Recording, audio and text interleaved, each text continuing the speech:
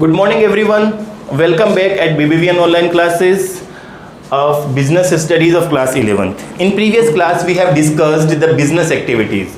पिछली क्लास में अपन ने बिजनेस एक्टिविटीज़ को डिस्कस किया था और बिजनेस एक्टिविटीज़ को अपन ने दो पार्ट में डिवाइड किया था। पहला था अपना इंडस्ट्री और दूसरा था अपना कॉमर्स। इंडस्ट्री की अपन ने बात करी थी तो इंडस्ट्री को अपन ने मेजर दो पार्ट में डिवाइड किया था, तीन पार्ट में डिवाइड किया था। पहली थी प्राइमरी इंडस्ट्री, दूसरी थी अपनी सेकेंडरी इंडस्ट्री और तीसरी थी अपनी टर्चरी इंडस्ट्रीज। प्राइमरी इंडस्ट्रीज को फिर से अपन ने कितने पार्ट में डिवाइड किया था? दो पार्ट में। कौन कौन सा था? एक्सट्रैक्टिव इंडस्ट्रीज और जेनेटिक इंडस्ट्रीज ये था। सेकेंडरी इंडस्ट्रीज को फिर से मेजर दो पार्ट में डिवाइड किया था, कंस्ट्रक्शनल इंडस्ट्रीज और मैन्युफैक्चरिंग इंडस्ट्रीज। मैन्युफैक्चरिंग इंडस्ट्रीज की बात करी थी तो उसको अपन ने चार पार्ट में डिवाइड किया था। कौन कौन सी थी? Analytical industries, synthetical industries, processing industries और असेंबलिंग इंडस्ट्रीज। उसके बाद में टर्चरी इंडस्ट्रीज की बात करी थी तो टर्चरी इंडस्ट्रीज को अपन ने हेल्पिंग इंडस्ट्रीज भी बताया था कि tertiary industries also known as helping industries. और टर्चरी इंडस्ट्रीज की जब बात करी थी तो अपन ने बात करी थी ट्रांसपोर्ट की, बैंकिंग की, इंश्योरेंस की, एडवर्टाइजमेंट्स की, एटसेट्रा अपन ने बात करी थी। और now today's class we discuss about the commerce. Commerce के बारे में अपन डिस्कस करते हैं। कॉमर्स को अपन मेजर दो पार्ट में डिवाइड करते हैं। पहला कौन सा है? ट्रेड, दूसरा है एड्स टू ट्रेड। अपन बात करते हैं ट्रेड की। ट्रेड का मतलब क्या होता है? Trade refers the activity of buying and selling of goods. Trade refers the activity of buying and selling of goods. Trader is the link between manufacturer and consumers. Traders क्या होते हैं? Traders link है किसका? Manufacturer का और ultimate consumers के बीच में traders link create करते हैं। अब ट्रेड की जब बात करी थी तो ट्रेड को फिर से अपन ने मेन दो पार्ट में डिवाइड किया है। एक है इंटरनल ट्रेड, दूसरा है एक्सटर्नल ट्रेड। इंटरनल ट्रेड की बात करें कि इंटरनल ट्रेड क्या होता है, what is the meaning of internal trade. तो इंटरनल ट्रेड के बारे में अपन कहते हैं कि internal trade refers to those activities और selling of buying and selling of goods beyond the within the geographical boundary of a country. यानी कि एक ही कंट्री की बाउंड्री के अंदर अगर अपन कोई गुड्स को सेल और परचेज करने का काम करते हैं तो इंटरनल ट्रेड कहलाता है। क्लियर है? एक्सटर्नल ट्रेड की बात करें तो एक्सटर्नल ट्रेड क्या होता है? External trade those refers to selling and buying of goods beyond the geographical boundaries of a country. एक कंट्री की ज्योग्राफिकल जो बाउंड्री है उसके बाहर भी अगर अपन गुड्स को सेल और परचेज करते हैं, खरीदते हैं, तो वो हमारा एक्सटर्नल ट्रेड कहलाता है। इंटरनल ट्रेड को फिर से अपन दो पार्ट में डिवाइड करते हैं। कौन कौन सा? होलसेलर और रिटेलर। अब होलसेलर की बात करें तो होलसेलर कौन होते हैं, क्या होते हैं? तो होलसेलर के लिए अपन कहते हैं कि होलसेलर आर दोज ट्रेडर्स वो buys the goods from manufacturer in bulk quantity and stored here, then sell the retailer in small quantities। क्या करते हैं? Wholesaler is the trader who buys the goods from the manufacturer in bulk quantity and stored there and sell the retailer in small quantities। Retailer की बात करें, retailers those traders who buying goods from wholesalers and sell the goods to the ultimate consumers। Ultimate consumers को ये goods sale करते हैं। बात हो गई इंटरनल ट्रेड की। एक्सटर्नल ट्रेड करते हैं। एक्सटर्नल ट्रेड का मतलब हो जाता है, अभी अपन ने बात करी थी कि external trade refers selling and buying of goods beyond the geographical boundary of a country. यानी कि एक कंट्री के बाहर से भी अपन गुड्स को परचेज कर सकते हैं, खरीद सकते हैं और सेल कर सकते हैं। बात करें एक्सपोर्ट की। एक्सपोर्ट क्या होता है? एक्सपोर्ट मीनिंग्स क्या होता है? What is the meaning of export. तो एक्सपोर्ट के बारे में अपन कहते हैं कि export refers to selling goods to the foreign country. कि फॉरेन कंट्री को अगर कोई गुड्स सेल किया जाता है वो क्या कहलाता है? अपना एक्सपोर्ट। और import buying the goods from a foreign country.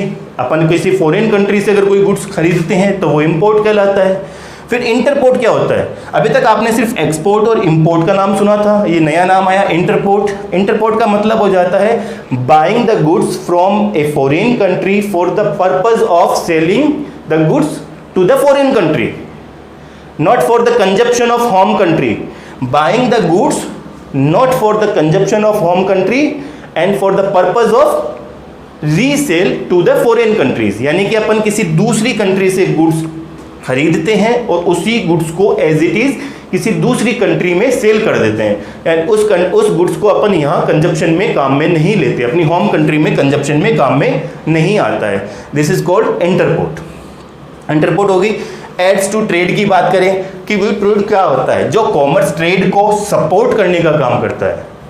यानी कि अब बात करें ट्रांसपोर्ट की, ट्रांसपोर्ट क्या करता है, ट्रांसपोर्ट इज द हेल्प और movement of goods from one place to another place. Transport help करता है मूवमेंट ऑफ गुड्स को, गुड्स का मूवमेंट है one place to another place पे। गुड्स मैन्युफैक्चरर से अल्टीमेट कंज्यूमर्स तक पहुंचाने का काम ट्रांसपोर्ट का होता है। गुड्स को मैन्युफैक्चरर से होलसेलर, होलसेलर से रिटेलर और रिटेलर से अल्टीमेट कंज्यूमर्स तक पहुंचाने का काम ट्रांसपोर्ट करता है। बात करते हैं बैंकिंग की। Banking provide a credit facility to the wholesaler और मैन्युफैक्चरर, यानी कि ट्रेड की बात हो रही है तो बैंकिंग जो होती है वो क्रेडिट फैसिलिटी प्रोवाइड करवाती है होलसेलर को और मैन्युफैक्चरर को। क्रेडिट फैसिलिटी इसलिए प्रोवाइड करवाती है क्योंकि होलसेलर के बारे में जब अपन ने बात करी थी तो अपन ने ये डिस्कस किया था कि wholesaler buying the goods in bulk quantity, और जब वो बल्क क्वांटिटी में गुड्स को परचेज करता है, खरीदता है, तो उसको मैन्युफैक्चरर को पेमेंट करना होता है और उस चीज में बैंकिंग उसकी हेल्प करता है, उसको क्रेडिट फैसिलिटी प्रोवाइड करवाता है, लोन्स प्रोवाइड करवाता है। इंश्योरेंस की बात करें तो insurance help to cover the various types of risk. Insurance क्या कवर करता है, वेरियस टाइप्स ऑफ रिस्क को कवर करने में इन ट्रेडर्स की हेल्प करता है। लाइक होलसेलर की बात करें तो होलसेलर ने जो गुड्स बल्क में खरीदा था उसको स्टोर करेगा। अब उस स्टोर्ड गुड्स के अगर कोई भी रीजन से, किसी भी वजह से अगर कोई लॉसेस होने के चांसेस रहते हैं तो इंश्योरेंस उस लॉसेस को कवर कर उसकी रिस्क को कम करने में हेल्प करता है। वेयर हाउसिंग की बात करें तो वेयर हाउसिंग का क्या हो जाता है, warehousing help the goods for a seasonal goods. Seasonal goods को हेल्प करने में, सेल करने में ये हमारी ट्रेडर्स की हेल्प करता है। अपन सीजनल गुड्स की बात करें तो अपन ये कहते हैं कि जो वीट है, राइस है, वो एक सीजन के अंदर मैन्युफैक्चर होती है, प्रोड्यूस की जाती है बाय फार्मर्स, फार्मर्स के थ्रू प्रोड्यूस कर लिया जाता है। लेकिन the usages of wheat and goods throughout the years, अपन वीट और राइस का throughout the years use करते हैं, लेकिन उसका प्रोडक्शन तो एक पर्टिकुलर सीजन में होता है। तो उस गुड्स को वेयर हाउसिंग के थ्रू उसको स्टोर कर और जब उसका सीजन नहीं होता है उसको प्रोवाइड करवा दिया जाता है अल्टीमेट कंज्यूमर्स के पास। It is the help of warehousing. और बात करें एडवर्टाइजिंग की तो एडवर्टाइजिंग ट्रेडर्स की हेल्प कर सकता है कम्युनिकेशंस के लिए, नॉलेज के अंदर एडवर्टाइजिंग हेल्प करता है मैन्युफैक्चरर्स को, कस्टमर्स को ढूंढने की जरूरत नहीं है, कस्टमर्स को प्रोडक्शन के बारे में, अपने प्रोडक्ट के बारे में इन्फॉर्म करने की जरूरत नहीं है। Through the advertisement manufacturer are informed to the ultimate consumer for their product, अपने प्रोडक्ट के बारे में अल्टीमेट कंज्यूमर्स को इन्फॉर्म कर सकते हैं, उसकी इंफॉर्मेशन अल्टीमेट कंज्यूमर्स तक पहुंचा सकते हैं। तो आज अपन ने बिजनेस एक्टिविटीज के अंदर कॉमर्स की बात करी। कॉमर्स को अपन ने मेन दो पार्ट में डिवाइड किया। कौन कौन सा था, ट्रेड और एड्स टू ट्रेड। ट्रेड को फिर से अपन ने दो पार्ट में डिवाइड किया, इंटरनल ट्रेड और एक्सटर्नल ट्रेड। इंटरनल ट्रेड को फिर से अपन ने दो पार्ट में डिवाइड किया, पहला होलसेलर, दूसरा रिटेलर। एक्सटर्नल ट्रेड की बात करी, external trade divided into three parts, first is export, second import और third is interport. Aids to trades की बात करी तो एड्स टू ट्रेड्स में अंदर अपन ने बात करी ट्रांसपोर्ट की, बैंकिंग की, इंश्योरेंस की। एड्स टू ट्रेड में अपन बात करी थी वेयर हाउसिंग की और एडवर्टाइजमेंट की।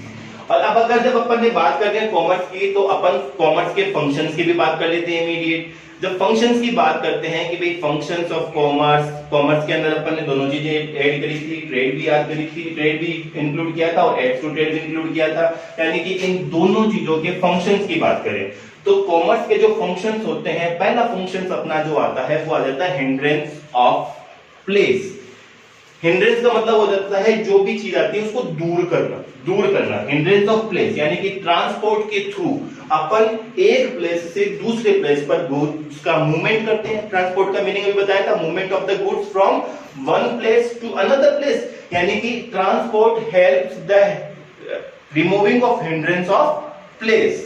ट्रांसपोर्ट क्या करता है, प्लेस के हिंड्रेंस को दूर करने का काम करता है। प्लेस की जो दूरी है कि भाई मैन्युफैक्चरर होता है कई गुड्स किसी दूसरी जगह पर और उसका कंजप्शन अगर किसी दूसरी जगह पर है, ultimate consumers are living at another place, then transport helps to provide the goods from the destination.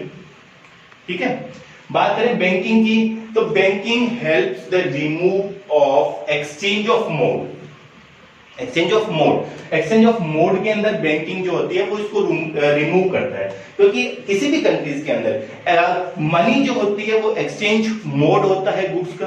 Upon goods देते हैं उसके बदले में पैसे ही देते हैं, यानी exchange mode in the exchange mode क्या होता है, मनी, और मनी प्रोवाइडेड का काम करने का काम बैंकिंग सेक्टर का करते हैं। तो banking helps removing the exchange mode. Insurance की बात करें तो insurance helps the removing of risk, hindrance risk, removing of the hindrance of risk. Insurance covers the various types of risk. Hindrance दूर करता है, रिस्क को कवर करता है इंश्योरेंस, यानी कि ये रिस्क को दूर करने का काम करता है। Warehousing, warehousing remove the hindrance of time. Warehousing remove the hindrance of time. Time को कैसे रिमूव करते हैं, क्योंकि अभी मैं अपन ने एग्जांपल दिया था कि some goods are produced in some seasons, जैसे लाइक अपन ने एग्जांपल दिया था व्हीट और राइस। व्हीट और राइस एक पर्टिकुलर सीजन में प्रोड्यूस किए जाते हैं, लेकिन usages throughout the year, यानी कि उनके पूरा थ्रू आउट द ईयर अपन उन चीजों को यूज करते हैं। Through the warehousing the goods are stored and then through the help of transport it is provided to the ultimate consumers, so the warehouses is remove the hindrance of time. Last अपन बात करते हैं advertising की। Advertising removes the hindrance of knowledge. अपन ने बात करी थी एडवर्टाइजिंग की। एडवर्टाइजिंग हेल्प करता है ट्रेडर्स को, किस चीज के लिए, कस्टमर को, कंज्यूमर्स को प्रोडक्ट की नॉलेज देने के लिए। यानी कि मैन्युफैक्चरर अल्टीमेट कस्टमर्स को नहीं ढूंढ सकता, अल्टीमेट कस्टमर्स को फाइंड आउट नहीं कर सकता, तो मैन्युफैक्चरर क्या करता है, थ्रू द एडवर्टाइजिंग अपने प्रोडक्ट और अपने गुड्स की इंफॉर्मेशन अल्टीमेट कंज्यूमर्स तक पहुंचाने का काम थ्रू द एडवर्टाइजिंग के काम करता है। तो advertising helps remove the hindrance of knowledge. Knowledge की बात कर ली, यानी कि अपन ने फंक्शंस की बात करी, अपन ने टाइप्स की बात करी कॉमर्स की, साथ में ही अपन बात करते हैं रिस्क की, कि बिजनेस रिस्क क्या हो सकती है। बिजनेस रिस्क को वैसे अपन टाइप्स में डिवाइड करें तो मेनली 2 टाइप्स होती हैं। पहली होती है स्पेक्युलेटिव रिस्क और दूसरी होती है natural risk, causes risk, pure risk. Speculative risk की अपन बात करें तो स्पेक्युलेटिव रिस्क वो रिस्क होती है जहां पर प्रोबेबिलिटी है प्रॉफिट और लॉस दोनों की, जहां पर की सर्टेनिटी नहीं है कि प्रॉफिट होगा ही या लॉस ही होगा, प्रॉफिट भी हो सकता है और लॉस भी हो सकता है। एग्जांपल्स की अगर बात करें तो अपन बात करते हैं टेस्ट ऑफ कस्टमर्स, एफिशिएंसी और डिमांड ऑफ द कस्टमर्स। ये सारी चीजें क्या है, स्पेक्युलेटिव रिस्क की बात होती है। और प्योर रिस्क की बात करें तो प्योर रिस्क की बात करी तो अपन ने कहा था कि सर्टेनिटी ऑफ लॉस जहां पर है वो प्योर रिस्क को कवर करता है। Certainty of loss, certainty of loss की जब बात आती है तो अपन कहते हैं कि भाई थेफ्ट है, लॉस बाय फायर है, ये क्या है, ये सर्टेनिटी ऑफ लॉस है कि वहां पर लॉस होगा ही, अगर आग लगी है तो लॉस ही होगा, अगर चोरी हुई है गुड्स की तो लॉस ही होगा, सर्टेनिटी लॉस है। तो रिस्क की अपन ने बात करी, रिस्क को अपन ने 2 पार्ट में डिवाइड किया, कौन कौन सा था, स्पेक्युलेटिव रिस्क और प्योर रिस्क। स्पेक्युलेटिव रिस्क जहां पर प्रोबेबिलिटी है प्रॉफिट भी और लॉस होने की भी, और प्योर रिस्क जहां पर सर्टेनिटी है कि रिस्क में लॉस ही होना है बिजनेस में। एग्जांपल्स के थ्रू अपन ने डिस्कस किया था, ठीक है। इन अगली class, in next class we have discussed the next chapter, chapter number 2, that is forms of business organisation. तो आज अपना जो चैप्टर फर्स्ट है nature and purpose of business वो कंप्लीट हुआ है, और अब अपन अपनी नेक्स्ट क्लास में सेकंड चैप्टर की बात करेंगे जो कि होगा अपना फॉर्म्स ऑफ बिजनेस ऑर्गेनाइजेशन का। Thank you.